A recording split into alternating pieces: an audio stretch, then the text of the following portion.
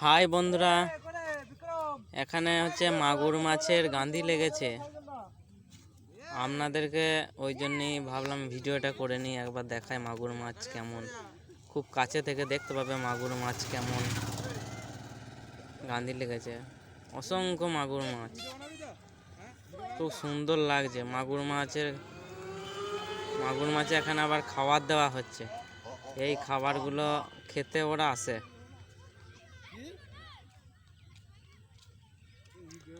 ভালো লাগলে একটা লাইক করে দিও, শেয়ার করে দিও, ফলো করে দিও, কমেন্ট করে বলো কেমন লাগলো দেখে মাগুর মাছগুলো।